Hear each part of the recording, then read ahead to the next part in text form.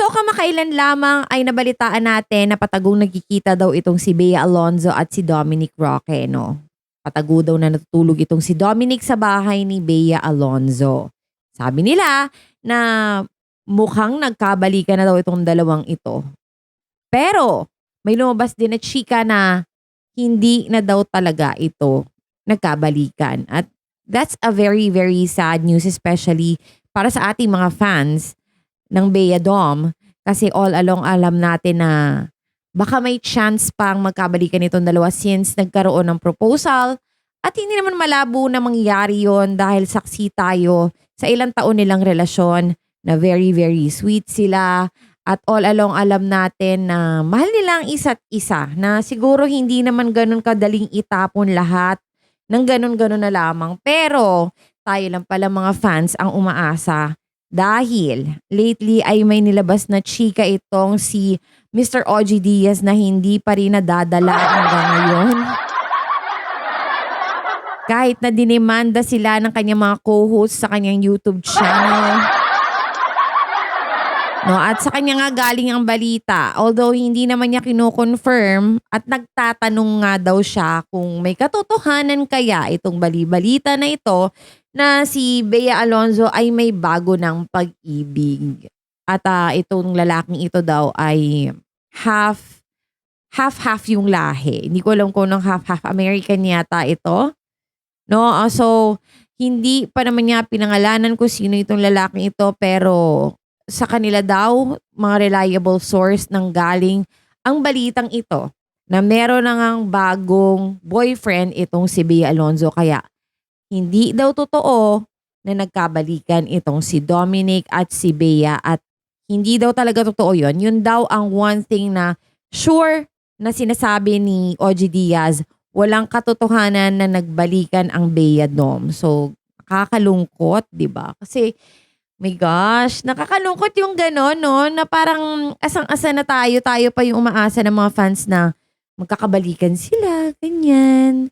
Na baka magkapatawaran pa. At ang nakakagulat pa kasing revelasyon dito, sa isang panayam ni Bea Alonzo ay sinabi niya na hindi daw siya ang nakipaghiwalay kay Dominic. So, meaning to say, si Dominic yung nakipaghiwalay sa kanya. At bakit kaya? Yun yung nakaka-curious. Although sabi niya, wag na natin pag-usapan yon. Let's leave it in the past and it's amicable. Sabi niya ganon. Sabi niya okay naman kami. Yun nga lang hindi natin alam kung okay na lang ba sila as friends, which is sobrang masakit, di ba? Nasasaktan tayo ng mga fans, pero sila parang siguro okay na yun. Na ganon yung kanilang estado sa isa't isa. Sabi niya pa, bilang respeto, nakiusap siya na wag nang pag-usapan kung ano man yung mga dahilan kung bakit sila naghiwalay at hindi sila natuloy ikasal kasi okay na daw yun. So sabi niya ganun, parang naka-move on na din daw to si Bea, kaso may mga some parts pa rin na medyo nasasaktan siya.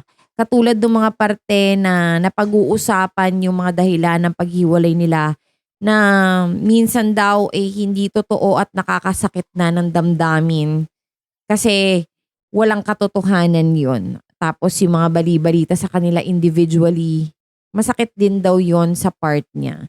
So sabi niya, nakikiusap siya na sana daw tigil-tigilan na nga, ganyan. Inamin naman niya na matindi talaga yung pinagdaanan niya. Nung nagkahiwalay sila ni Dominic, sobra daw siyang nasaktan. Sa dami ng mga isyong hindi daw totoo na naglalabasan tungkol sa kanilang paghihiwalay. So sabi niya, doon ako siguro mas naapektuhan kasi marami nag-spread na false narratives about my life. And when you're going through something really difficult in your life and you have other people narrating it for you in a different way, very different from the way you see it and very different from the truth, sobrang sakit niya. I assume this one, ang sinasabi niya dito ay yung tungkol sa pagnanarrate ni Nanay Christy at ni OG Diaz tungkol sa paghihiwalayan nila, kasi meron daw mga details doon na hindi totoo, kaya nga nagsampa siya ng demanda. Kaya siguro sobrang nasaktan si Bea doon. Sabi niya, yes, it affects you because it's one thing to go through something silently, like a very, very huge heartbreak. But it's another thing to be going through in front of the public na iba yung narrative. So, nung February nga naghiwalay sila pagkatapos nung Japan travel nila, nung January. Tapos, September sana sila nitong year na 'to ikakasal kung hindi lang nauwi sa hiwalayan. Sakit nun. So eto, dumako tayo doon sa may bagong boyfriend na daw itong si Bea Alonzo. So babasahin ko na lang 'no, sabi dito, tinapik daw siya sa showbiz update vlog nila OG Diaz, nina Mama Loy at Tita Jegs noong June 13 sa YouTube channel. So kung interesado kayo, hanapin nyo na lang sa YouTube channel ni OG Diaz. So sinimulan muna niya yung blind item na yun, kung totoo bang may bagong boyfriend yung actress na yon at hindi na nakipagbalikan sa boyfriend niya. So bungad niya, nakarating lang naman sa akin kaya tinatanong rin natin dito. Una, hindi na talaga, parang nagpapasintabi na siya dito eh. Nag-iingat na din kasi si OG Diaz sa mga binibitawan niyang salita. Although, alam ko naman na gusto niya ipunto talaga na may bagong boyfriend na si Bea. Pero, syempre baka madagdagban pa yung kaso niya. So, nakarating lang naman sa akin kaya tinatanong natin dito. Una, hindi talaga sila nagkabalikan ng fiancé niya, ex-fiancé. And that is confirmed. So sabi niya, ang source daw talaga niya na very reliable ang nagsabi na hindi na talaga nagkabalikan kasi may bago na raw boyfriend ang actress. Siguro ito yung mga kinakagalit ni Bea, yung pinapangunahan sila, yung gano'n. Diba? Kasi minsan kay OG Diaz mo malalaman yung mga balita kahit di pa lumalabas eh. Promise talaga pag kay OG Diaz galing yung balita. 99% may katotohanan yun. So sabi dito, ayaw na sanang pangalanan ni OG ang blind item niya, pero hindi siya pinakawalan ni na Mama Loy. Natatawa si OG kasi tinuloy na niya ang tanong how true na may bago na daw boyfriend itong si Bea Alonzo. Bigla na nahimik naman ang dalawang co-hosts niya. O hindi kayo makasagot no? Bakit hindi kayo makapagsalita ngayon? Kasi diniretso na nga niya yung kanyang blind item na si Bea Alonzo yun. Mahinang sinabi ni Mama Loy, hindi pa nga tapos yung issue. Sabay pinakita yung picture nung nagpa-file ng kaso sa kanila si Bea Alonzo. Ganon din nasabi ni Tita Jeg, sayang ka na naman, hindi pa nga tayo nakakaraos. Sabi niya, kaya nga tinatapos ko. Sabi niya ganon.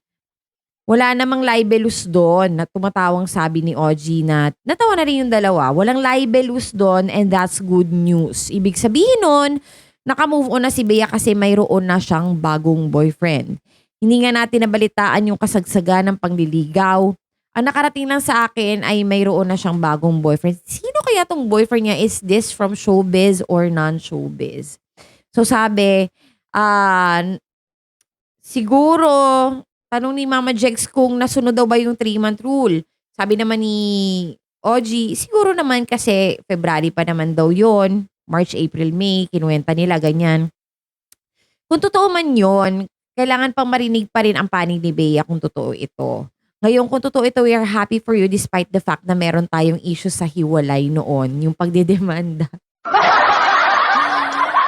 So anyway, kung totoo man ito, no, nakakatuwa din naman na may panibago ng mahal itong si Bea at hindi na siya sa proseso ng pagdadalamhati dahil ibig sabihin nga nung tama naman si OG Diaz na naka-move on na siya. The fact na nagsimula na siya ng bagong relasyon. So anyway, we will hear more of that soon. I'm sure naman na kung merong ganitong balita ay lalabas at lalabas yan. So thank you so much for joining me this vlog. I'll see you on my next one. Ta-ta!